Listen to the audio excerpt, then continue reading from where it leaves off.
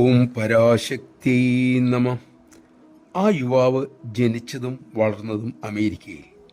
ബാല്യം മുതലേ അമ്മയെ കാണാനും അടുത്ത് ഇടപഴകാനും ഭാഗ്യമുണ്ടായി. അമ്മയുടെ പ്രസ്ഥാനങ്ങളിൽ പഠിച്ചു. ഇടയ്ക്ക് അമേരിക്കയിലേക്ക് മടങ്ങി. അവിടെ നല്ലൊരു ജോലി ശരിയായി. ഭൗതികതയുടെ പളവളപ്പിൽ കഴിഞ്ഞപ്പോൾ ഒരു നാൾ തോന്നി, ഈ സുഖങ്ങളെല്ലാം എത്ര കാലത്തേക്കാണ്?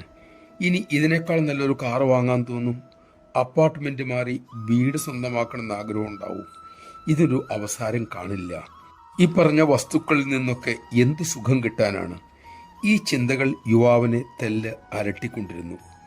ഈ സമയത്ത് അദ്ദേഹത്തിൻ്റെ അച്ഛൻ അദ്ദേഹത്തോട് പറഞ്ഞു, അമേരിക്കയിലെ ജീവിതത്തിൽ ധാരാളം നേട്ടങ്ങളുണ്ട്.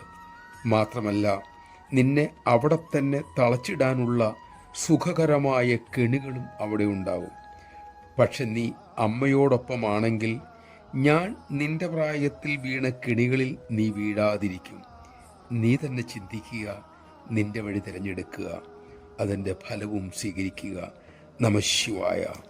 ശരിയായ വഴി, അതായത് അമ്മയെ തിരഞ്ഞെടുക്കാനുള്ള വിവേകം നമുക്കുണ്ടാകട്ടെ. അതിനായി നമുക്ക് പ്രയത്നിക്കാം, പ്രാർത്ഥിക്കാം. മക്കൾക്ക് സ്വാതന്ത്ര്യം അനുവദിക്കുന്നതോടൊപ്പം തന്നെ അവർക്ക് മുന്നിൽ ഉണ്ടായേക്കാവുന്ന അപകടങ്ങളെ ചൂണ്ടിക്കാണിക്കുവാനും നമുക്ക് സാധിക്കണം.